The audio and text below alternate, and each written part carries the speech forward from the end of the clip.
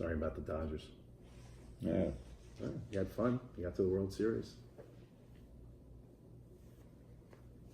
All right, and I'm rolling. All right, are you good? Good. Okay. All right. Okay, this is the interview with Larry King for Financially Speaking, and we will start in 3, 2. So 37 years ago, as a 21-year-old George Washington University student, I asked a guy I admired out to lunch. Turned into my first real job. Best lunch ever. Welcome to Financially Speaking. That guy who just this month received yet another Lifetime Achievement Award, this time from the National Film and TV Association, the godfather of broadcast journalism. I know you don't love being called a living legend, but you are a living legend. But you're also my friend, Larry King. Mitch, good to be with you. A living legend. It means I'm almost dying. The word legend means old. Versus legendary. Legendary, that's when you're in your 60s. Yeah, 60s. When you're in your 80s, it's old. Then it's old. Well, listen, you are the poster child for removing the word retirement from the dictionary. Correct. I mean, what keeps driving you? We'll start with 85, but I know you've been driven for Milton forever. Berle was asked once, do you intend to retire? And he said, to what? I don't know what I would retire to. I love what I do. I love asking questions. It beats work. I've been doing it 61 years, and I think for 61 years I have not worked. I've interviewed people, I do speeches, I make people laugh. I'm having a great time. I live in Beverly Hills. I've got 2 teenage kids, both drafted by the White Sox. I have a wonderful life, and I could never, ever think of not going to work. Never. Well, I admire that, and that's pretty much my plan. So let's go back a little bit and talk about the poor kid from Brooklyn becoming this legend. And I know you have a great story about how you started on the air, and I want you to talk about that. But I love if you talk a little bit about your early days and why, how you used to hang out at Ebbets Field and how that led to your interest in radio. As you said, I was a very poor kid. My father died when I was 9.5. And my mother had to raise 2 boys. We were on relief from New York City. New York City bought my first pair of glasses. They paid our rent. And they gave my mother kind of a living thing that she could buy food and stuff. And we were very poor. And I grew up in Bensonhurst in a 3-story walk-up on the top floor, like an attic apartment. My mother and my brother and I, and didn't go to college, knocked around, had a bunch of odd jobs.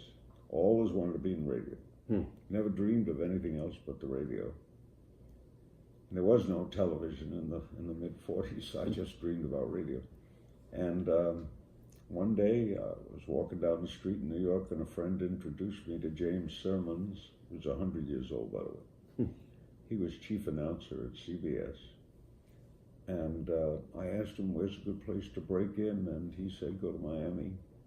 A lot of stations, and either older people on the way out or young people on the way up. So I went down to Miami, lived with my uncle, knocked on doors, and finally one small station said, okay, take a mic test. I took a test. I'd never spoken into a microphone before, but I just dreamed about the radio. And he said, we'll hire you. And then one day a guy quit, and he said, Monday morning you start.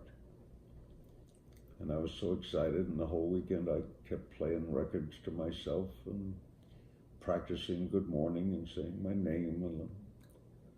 And now it's Monday morning, May 1st, 1957. And Marshall Simmons, the general manager, calls me into his office and he says, today's your first day, good luck. You play music in the afternoon, you'll do sports and news. I was so excited. And then he said, by the way, what name are you going to use? And I said, what's wrong with Larry Zeiger, which was my name? And he said, it's too ethnic. And now, of course, it wouldn't matter. He said, it's too ethnic, you have to change your name. And I said, what am I going? I'm going on the air in 9 minutes. And he said, he had the Miami Herald open. I later write a column for the Herald. And there was an ad for King's Wholesale Liquors. And he said, how about Larry King? And I said, sounds good. I later changed it a year later, to legally change it. And I play the music, Les Elgart swinging down the lane. I fade the record, bring my mic on, and nothing comes out. Fade it, bring it down, nothing comes out. I look up at the clock, it's like 9:05. And I say to myself, I can't do this. Maybe I just wanted it all my life and I'm just too scared, too nervous. And Marshall Simmons, the general manager, kicked open the door to the control room and he said, this is a communications business, damn it, communicate. And what I did then was I turned the mic back on and said, good morning, my name is Larry King. That's the first time I've ever said that. I've been trying to say something and I wanted to be in radio all my life and I've been nervous, and the general manager I told the audience this, but the general manager just kicked open the door and told me I have to communicate, and I never was nervous again. I learned that day that if you're honest with the audience, you can't go wrong. And I swear to you, Mitch, I was never, ever nervous again. Television, a year later I started a television show, I did speeches, I do comedy, I did a comedy tour. I've done everything you can do in broadcasting and communications, and I have never been nervous again, because I realized, one, it isn't brain surgery. Two, if you're honest with the audience, you can't go wrong. And if you're sitting across from someone, has there ever been a guest that has made you nervous? No. Well, not nervous. But the first time I was Sinatra. Right. Not nervous. No, I wouldn't say nervous. When it's a hero. Yeah, yeah. And the first time in the White House. Sure. Interviewing presidents. But it wasn't nervous, because I knew that if the name of the show is Larry King, and I'm the host, I'm in control. And control is what this is all about. You're in control of this right now, right. Not me, you. Right. So you can decide whatever you want. You could ask whatever you want. So you have no reason to be nervous. Maybe a guest could be nervous, but you have no reason to be nervous. So I knew that I was in charge.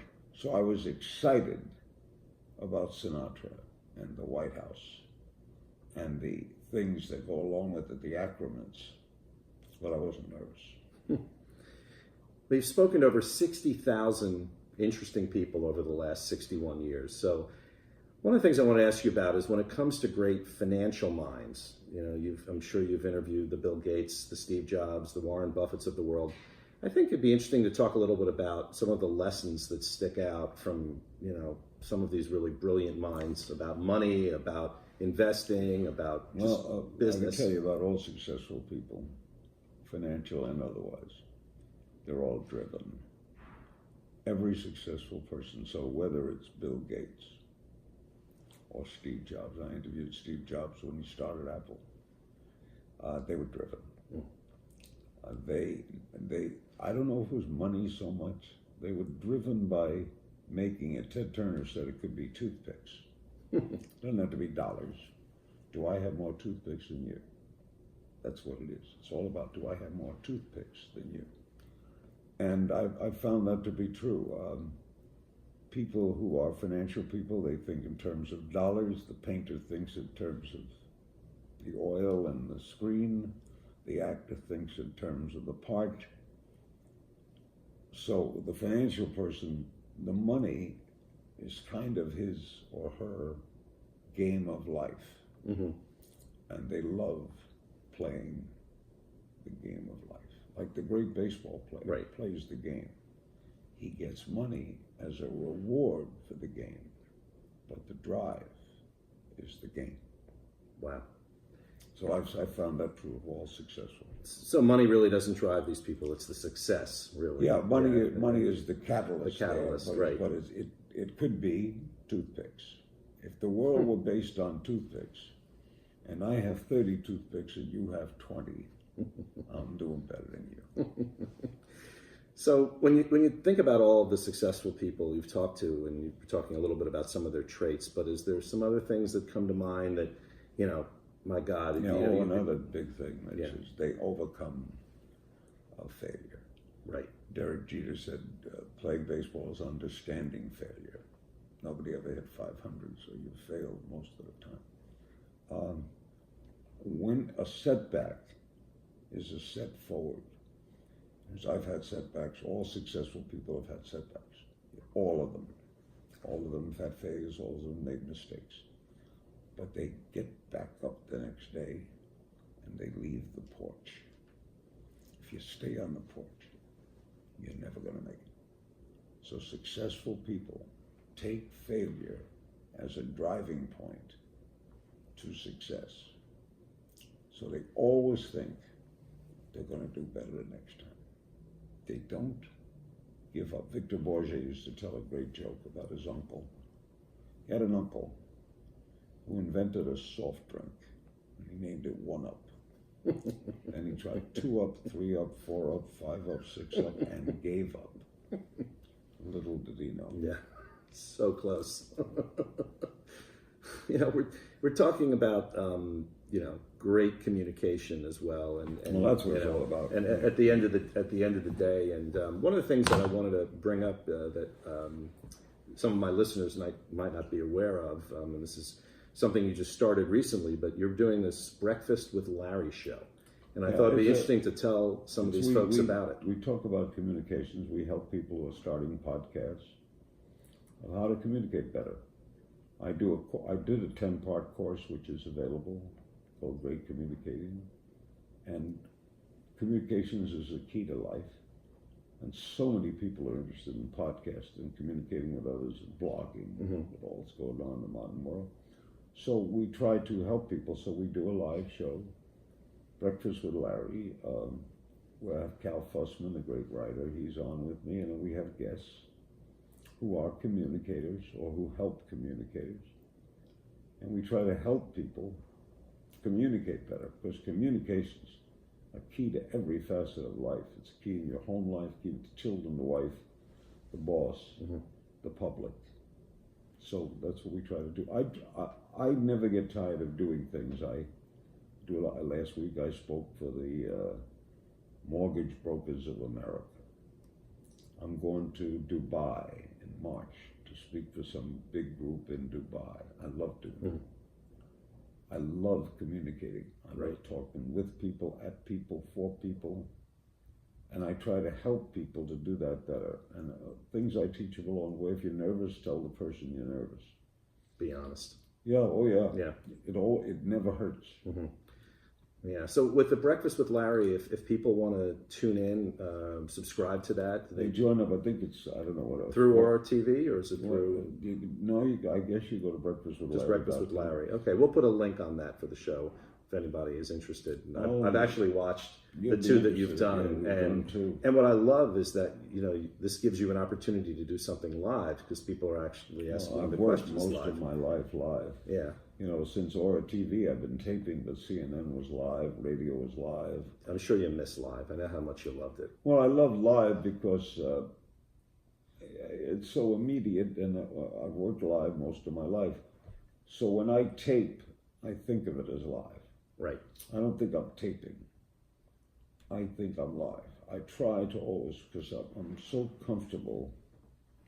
Where a lot of people prefer tape, I prefer live. I like the immediacy of that happening right then, right now. There's something about that that's so exciting to me. It's kind of like Sid Caesar used to do a bit with me called Living in the Now, where you have to live in the now, because once it's past, it was a was. So 1 minute ago was a was, Mitch. That's gone. The next minute, we don't know what's going to happen. So you got to live in the now. And when you broadcast live, you live in the now. And anything can happen, right? Because it was a gone. Right? It was done. Yeah. It was a was. Right. 1 second ago was a was. But it's now. No, you can't get that back. So when you were doing the CNN show, and also when we worked at Mutual, things would happen while we're on the air. So you talked about. Right. Whatever happened, you go to what happens. Right. The O.J. story, for example. You were right on the air. Right on the air. I was on the air with they put a map in front of me when he was in the car, and I had not spent much time in California. Now I live here. Right. And I was following the car along the road, and but it was happening. You know, people ask me, what would happen if I broadcast in the earthquake in 2004, 1994. 94, right. In the aftershocks, I was on the air, and so the set was moving. So I broadcast the earthquake. What's wrong? I broadcast hurricanes. Right. In a hurricane. Right. If I recall, after 9/11, for almost 90 days, you were straight. straight. I was there a week later, and the fire commissioner took me through. That was the hardest broadcast of my life. That was the most difficult, going to the burn center, and that was horrific. But you have a professional job to do, right? And you do it. Mm-hmm. So back in 1982, I don't know if you remember this, but you actually came to a Super Bowl party that I had with some friends, and I actually had to look it up. I couldn't remember. Do you remember who played in that Super Bowl? No. Yeah. Niners beat the Bengals. Was one of those Montana to Rice Super Bowls that were over quickly. I think it was, for a long time, the highest rated. Yeah. It was a phenomenal Super Bowl. But, you know, one of the passions that you and I shared so much during the radio days was sitting at the games, at the Oriole games with Edward Williams, or at the Caps games, and obviously at the Redskins, and just, you know, Frank Cashin, who you were friends with, and all the things with the Mets. So, you know, when it comes to sports legends, I mean, you mentioned Derek Jeter earlier, but I think it'd be great to share a few other stories about some of the sport legends. The reason I love athletes and sports, when you think about it, Bill Hartack and the others who do them, right? Athletes face something that we, as people who go every day to work and live a life, they face something we don't face. They face winning and losing. We don't face that. We don't have a final score every day, but the athlete does. The basketball team, we got 107 points, but they got 109. They won. We don't face that. We don't face that. They face it every day. And their careers end when ours begin. Most people's careers really begin in the late 30s and early 40s. That's when the athlete's done. Or as Namath says, when the cheering stops. When you walk into the room and people don't glance up. You know, in rare cases, they do. Right. Holly, Jordan. Sure. But Bob Greasy comes into a room. People don't know. Right. He's in the Hall of Fame. Yeah. Great quarterback. Of course. All right, so athletes have this, so I admire athletes. You called the 72 season, if I recall, right? did, You were doing Dolphins color back then, yeah. So I lived that life of being around them, and I have a lot of appreciation for them. I don't make mockery of the salaries they make, but they are being paid for something that they loved doing when they were 9. Right. When your mother called you to come home because it was getting dark, and you didn't care because you just wanted to play again. And now you're 30, and you're making $10 million. Still playing. You're still playing the game. You're still having fun. Still having fun. Still, it is the game. So I have a lot of appreciation for athletics. And another thing about it is, people who aren't sports fans don't have this. When I get up in the morning, I don't know who's going to win. Okay, there are hockey games and basketball games and baseball, football. I don't know who's going to win. And that's one of the wonderments of it. Right, and anything can happen. I mean, look at the end of the Miami-New England game last weekend. That was crazy. Craziest play. You know. But you get up and you see sports. Right. And I love competition. I love when I'm changing channels. If I stop at something, it could be bowling. Right.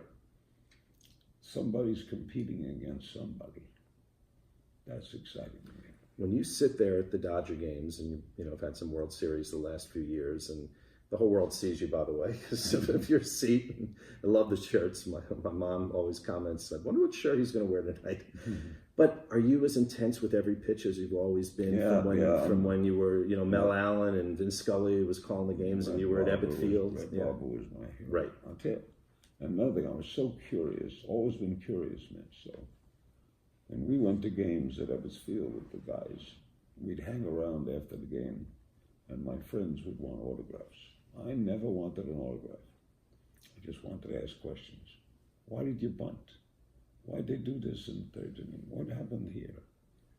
And so I love talking to athletes, all kinds of athletes, because I love the competitive nature of what they do.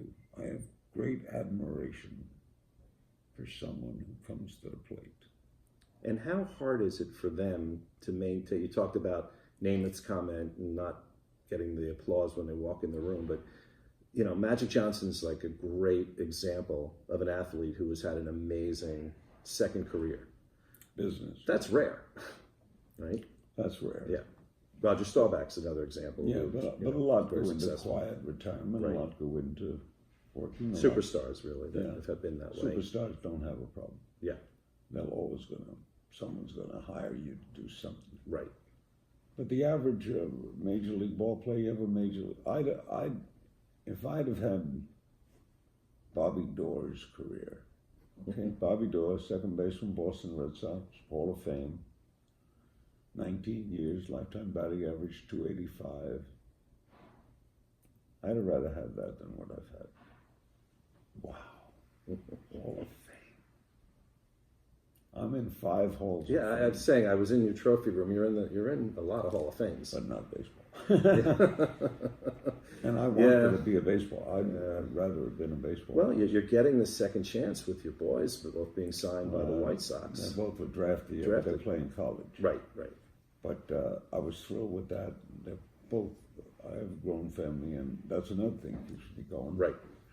Having a younger wife and young boys who are baseball players. Good baseball players. One's a pitcher, one's a shortstop. Right. And that's a big thrill to go watch them compete in what I think is the world's best game. Mm-hmm. Whoever devised it was Doubleday or whoever, it was genius. Just genius. You look at baseball, and the old bit Bob Newhart used to do a bit of a guy calling up a game company. And his game, as he invented, was baseball. He said, I got a game, baseball. Well, how's it work? Well, there's 9 guys in the field, 8 in the field, and there's 1 guy catching. And 1 guy batting. So it's 9 against 1? Yeah, it's 9 against 1. And the 1 has a chance? Not much. If the 1 gets 3 hits every 10 times at bat, he's in the Hall of Fame. If he gets 2 hits, he's in the minor leagues. It's not fair. Yeah, there's no other sport like that. There's 4 balls and 3 strikes. Why? Why not 3 balls and 3 strikes? 4 balls. Why? I don't know. Why is it 90 feet 9 inches to first base? Why is every field different? Why is there no clock? Right. There's so many facets to it. And so that game fascinates me because the more I learn it, the less I learn it. Earl Weaver was a great friend of mine. Spent a lot of time with him in the Orioles dugout, hanging around the team, watching him manage a game. Yeah. It's fascinating to me. Just fascinating. No, absolutely. And I remember we had some great Oriole years. Oh boy, '83. We saw the Orioles. I think it was Orioles Brewers World Series. I had to leave. Yeah, right? No, it wasn't Orioles Brewers. The Orioles Brewers were in the American League. With the Brewers, we were in a tie. Yeah, right. They beat Exactly. Palmer. Right, they beat Palmer on the last day. Right. And you had to leave early. Well, that was always part of the radio show. Yeah. We handled that. So I'm fortunate to speak with a lot of young people, millennials, Gen Zers, and What's the Gen? Gen Z is kind of the generation after the millennials, so they're kind of age maybe 18 through 28, something like that right now. What's a millennial is?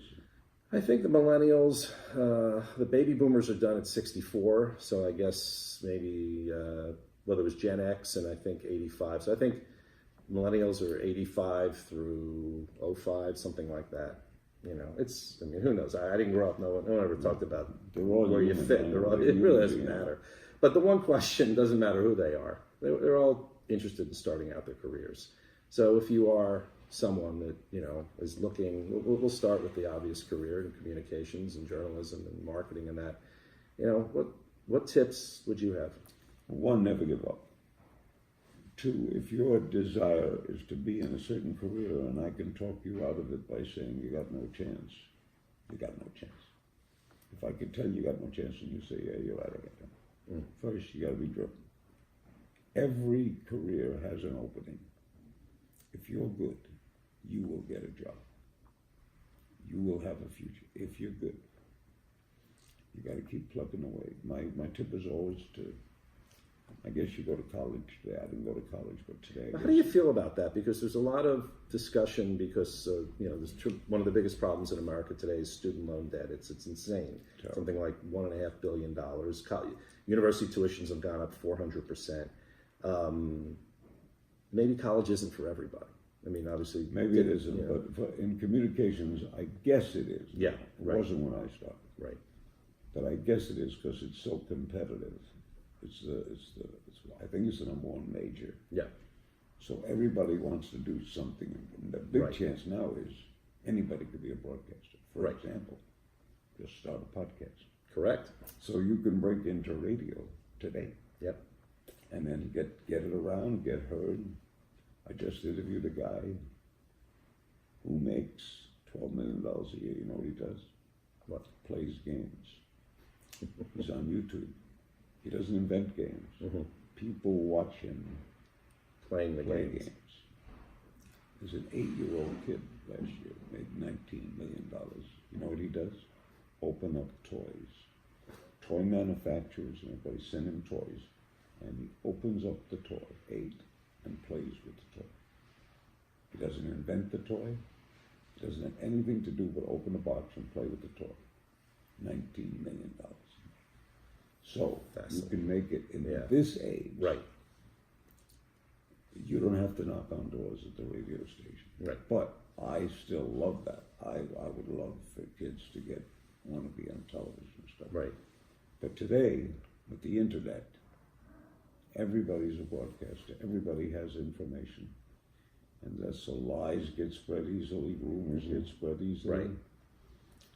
And in that case, there's a lot of pluses to the internet and a lot of minuses. Yeah. The one thing I don't like, and I see my kids doing this, my wife, they become prisoners of the iPhone. Yeah. I have a flip phone. I know. I notice. I don't believe it. I can get my scores. Yeah, how do you get your Dodger scores? I listen and watch the games. Yeah. I turn on the television and ESPN gives me the scores. I Right. don't have to know the score. I mean, I love when guys give partial scores in the NBA. In the second quarter, the Bucks 41, Mavericks 40. What does that tell you? Nothing. Baseball's the only game that gives you a pretty good clue. 6-2 in the seventh. Yeah. Or football, 41-3. Right. Yeah. It's usually a pretty. Yeah. Yeah. Well, talking about social media, I put out in my social media that we were going to talk today, and I thought I'd throw it out there to get a bunch of interesting questions and see what people did. And I really got a ton of terrific ones, but this one I'm going to ask specifically. You have questions from people? I have one. Just one? Well, I actually, to be honest with you, most of the questions that people put out there, I'm already asking, and then there were some that I didn't think were such great questions. I mean, we could talk the suspenders. I mean, do you want to talk about the suspenders? It's your show. You know, as you said, it's my show. I mean, suspender story. We'll get there. But anyway, so We'll get there. We're halfway done. yeah, I know. We'll So the reason I took this question is because it's from a kid from Brooklyn who happens to be a Met fan. And when I heard he was a Met fan, I loved him. I went to school with the owner of the Mets. So. Yeah, well, you know, I'd suffer with them and just stick with them. You're a Met fan? I've been a Met fan forever. You were an Oriole fan. I was an Oriole fan when I worked with you, because how could I not love the Orioles? But, you know, I've been a Met fan my whole life because my dad was a Brooklyn Dodger Wait a fan. minute, you were a secret Met fan when we went to Oriole games? Well, if you remember, Frank Cashin got me a jacket, so. Frank was a great guy. He was a terrific guy. I love the Orioles. Yeah. Oh, Okay, what's so the for question Brooklyn from boy? the Brooklyn boy's name is Mark Friedman, and he asked, how do you think history might have changed if social media existed 50 years ago? And I think he was looking especially in media coverage. Oh, it would have been, could you imagine social media and the Simpson trial? Oh my God. Social media and the Kennedy assassination. Oh my God.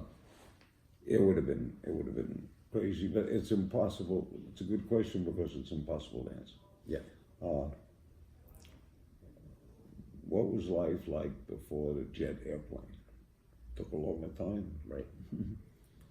I remember my first jet flight. I remember when jets came in. You know, so, but what was life like before air conditioning? Hot. It was hot. Mel Brooks, the 2,000-year-old man. I mean, But someday in the future,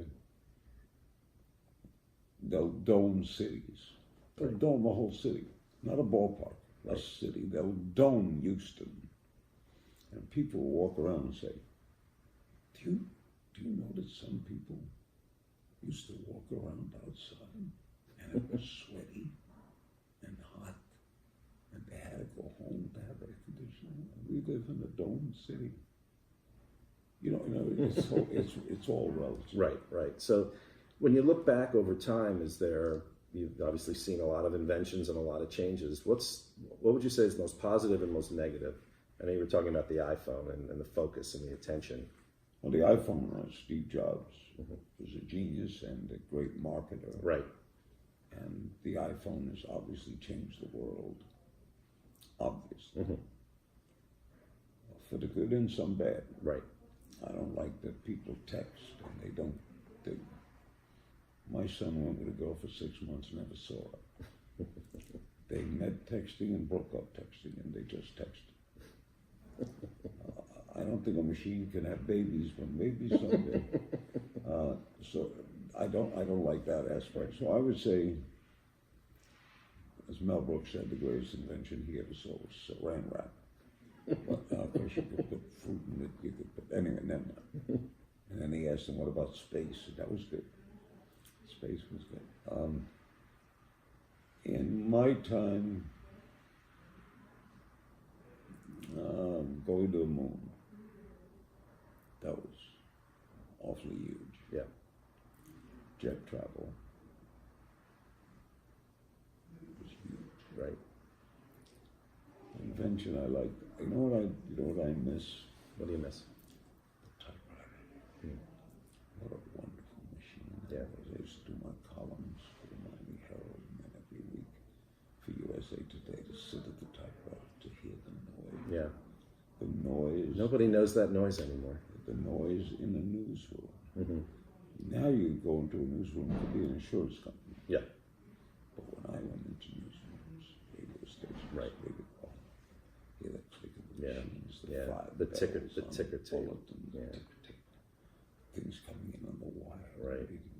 Oh my Yeah. gosh. The Kennedy assassination read on the wire. I mean, That that's how CBS announced it. That was wonderful. It was. It Well, was. it wasn't a wonderful story. Yeah.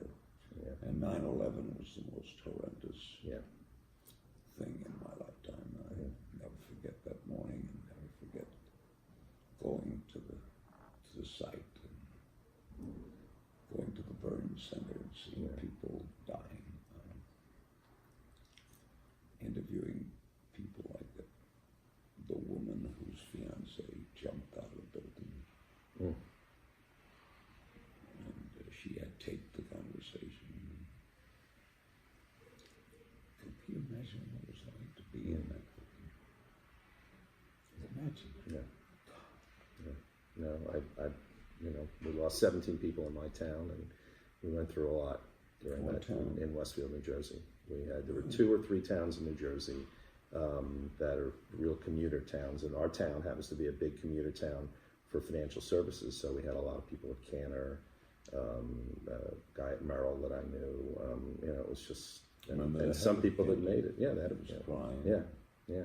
And every year that he has a terrific day where they do all their trades and donate the money to the families. And they don't stay in any building above the third floor. No, exactly. So, changing gears just for a minute, Sinatra sang regrets. I have a few, and we talked about how people have really learned from your failure, from their own failures and mistakes. But anything specific that you would have done differently in your life? No, I think I would have gone national sooner. In Miami, I was always, I was number one in the market. I did a radio, television, and newspaper column. Mm-hmm. Big man in a medium-sized town. I think I should have sent tapes to New York and should have approached networks about doing it now. Mutuals had the idea to do the national show. Right. That could have happened years sooner. And I've had some regrets in marriage mistakes.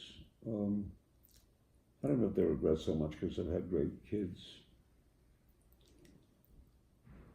Actually, I really pinch myself every day. Look at it. I was this little kid from Brooklyn, poor, no father, on relief, dreaming of being on the radio, right. And then being seen around the world to be in Nelson Mandela's house, in his house, to go to fights with Muhammad Ali, to come on. So I'm 85, just celebrated my 85th birthday. And I'm still not resigned. I left Brooklyn, but Brooklyn never left me. So I tried never, some of my best friends are friends I grew up with. Right. Just lost a couple, died in the last 2 years. Right. You still meet them for lunch, the ones that, as much as you can for breakfast. Yeah. My brother died last year. Yeah, I know. Sorry to hear that. He was 80. Yeah. I can't believe it. He was my kid brother. He's gone.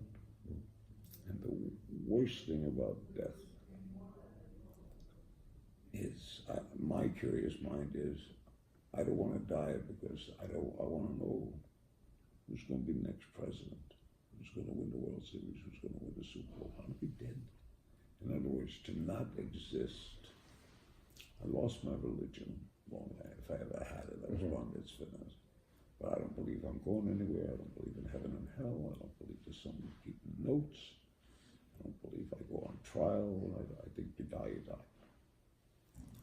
And to not exist, of course I didn't exist before I was born, but to not exist for eternity. I'd like to be frozen. Yeah. What's wrong with being frozen? Walt Disney wanted it. You wake up 100 years later. My wife says, but you won't know anybody. I said, I'll make new friends.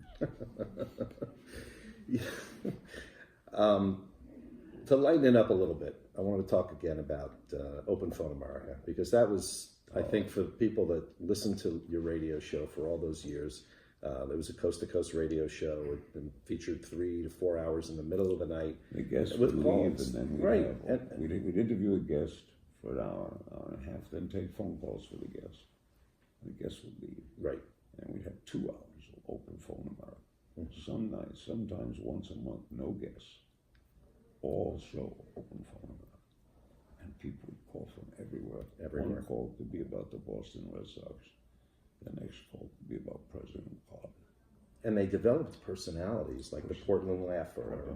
The Syracuse Chair. Right, the Syracuse Chair. Syracuse Chair. You remember when Reagan and Carter ran, John Anderson was running for the Republican nomination. It was going to be a debate. Right. And Carter wouldn't appear if John Anderson was there. Was going to appear. And Reagan wanted Anderson to appear. So originally, there was going to be Carter, Reagan, and an empty chair. And then they disbanded that. It was just Carter and Reagan. This guy called him Syracuse and said he was the chair.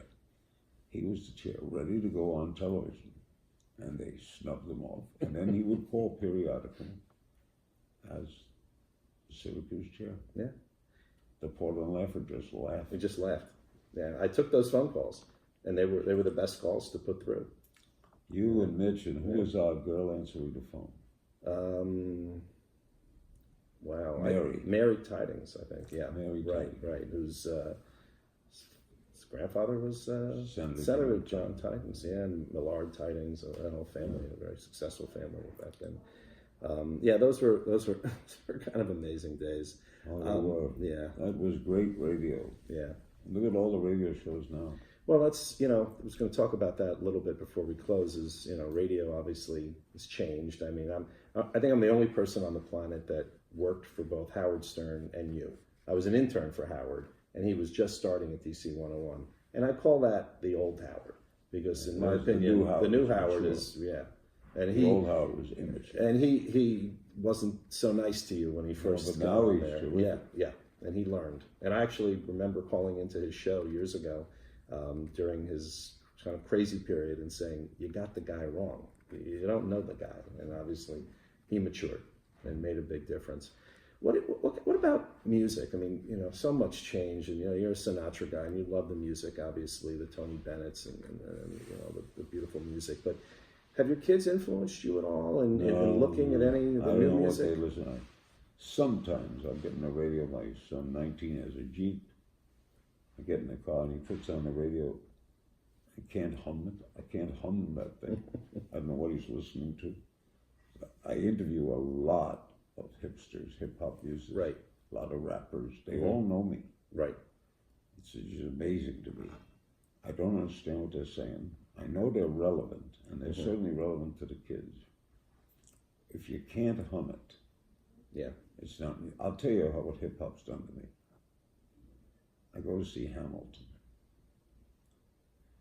and it's beautifully staged, fantastic, and the music is wonderful, and I don't understand a word they say. I don't understand a word. You didn't get the memo to listen to the soundtrack first before you I don't think that would have helped. I couldn't keep up with it. Yeah. The only one I liked was King George. He was funny. He was funny and hysterical. right, and easy to understand. Now, my son, 18-year-old, my wife and him went to see it in New York. Crazy for it. Yeah. Loved every minute of it. Yeah. Sang along with it. What? Yeah, it's not My Fair Lady, No, it's not. but brilliant, to me, brilliantly done though. to me- Manuel Miranda's a genius. yeah, he is. But when you have a song like "When I Fall in Love, It Will Be Forever, or I'll Never Fall in Love." Now, that's a lyric. It's a song. You can hum it. You can listen to it. It has a message. Then what I hear now is, what? Hey, listen. One day I have to make good on my promise and get you to Bruce Springsteen. And I've been trying to do that for I've never a number of years. interviewed him. Yeah, I know. I think you'll enjoy the Netflix version of My Broadway show, favorite which song was of brilliant. his is "Santa Claus is Coming to Town." Yeah, his version of that That's is the best rendition. Yeah, it is the best. Santa Claus is coming to town. Yeah, Clarence on the horns. And so, last year you interviewed a friend of mine, Gary Vaynerchuk, who's a serial entrepreneur, a real successful business owner. You guys had a lot of fun talking about social media. And Gary has said that skills are cheap, but passion is priceless. I know you agree with that. Oh, passion. Sure, skills are cheap, but passion is. I've always had. I don't know where it came from.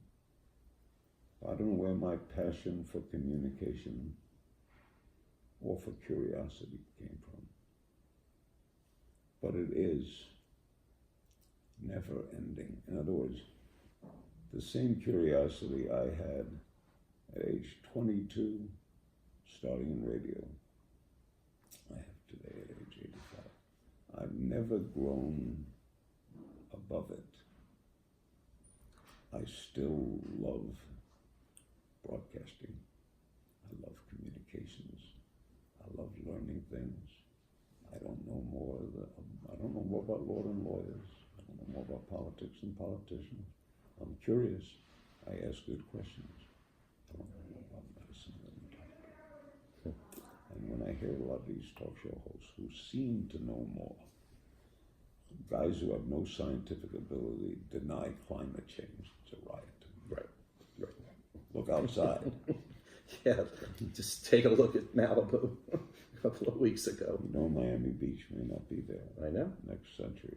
Billy Joel wrote about that years ago, and that may come true. He actually has a song about that. So, you know, I was a lucky kid when I was 21. I got to witness that passion of yours nightly. And man, Larry, 37 years later, here we are, and that fire is still burning brightly with you. And with you, Mitch, I'm so glad to hear of your success, because for a long time we thought you were going to be a bum. Yeah. We didn't have much hope for Mitch Slater. What's he going to do? Where are you calling from, lady? All right. But Mitch, you really did good. Well, I learned from the master. Thank you for Proud of you. sharing Happy your to do wisdom. this. Thank you. Anytime. Good luck with this podcast. Thank you very much. And thanks for joining us this week on Financially Speaking. My name is Mitch Slater. We'll be back next week. Thank you, Mitch. Mitch, you want to do that final line one more time? Sure. This is my son, Cannon. Oh, hey. Hey, come here, Cannon. Come on. He understood Hamilton. Hey. Hey. How are you? Hi. I got the memo to listen to the soundtrack from my Oh, son really? first. Really? So I felt Yeah. like I got it more. Exactly. Yeah, that's what I that did. really, You really, did really too. helped me. Yeah. What is Yeah. that hat? Yeah. Huh? This is Utah Valley. This is their baseball team. After I did the showcase there, they gave me this hat. I like it. You look good. That's, This Thank is that's you. on everything you do. Thank you so much. This is the shortstop, second base. I know. He's going on a Yeah. Mormon mission. Yeah. Uh-huh. When he comes back, he'll probably be at UCLA. That's great. He's a hell of a ball player. We'll see. Yeah. That's great. Hell of a kid. Why are you home so early? What are you doing? Well, that's right. I'm heading to the gym now, and then I'll be back probably in an hour or Did your two. brother return yet? No. No. He said he'll be back at 4. Oh, he went right from his girl's house. He's at El Segundo now doing that training thing. That's what he said. Your mother's still asleep? No idea. I didn't check. I'll check. You don't have to check. Okay. Good to meet Hey, you. a pleasure to meet you. There you go, Yeah, Mitch. Really. nice to meet Nice to you. meet you. Did you just need me to do one quick thing? Or It's alright. We You're got fine? it with this one. you fine? I was just going to get a close up of you saying that. That was very good, Mitch. Thank you, Larry. Alright, I'm going to cut the cameras. Yeah, we just wanted to get a couple quick photos. You do mostly financial?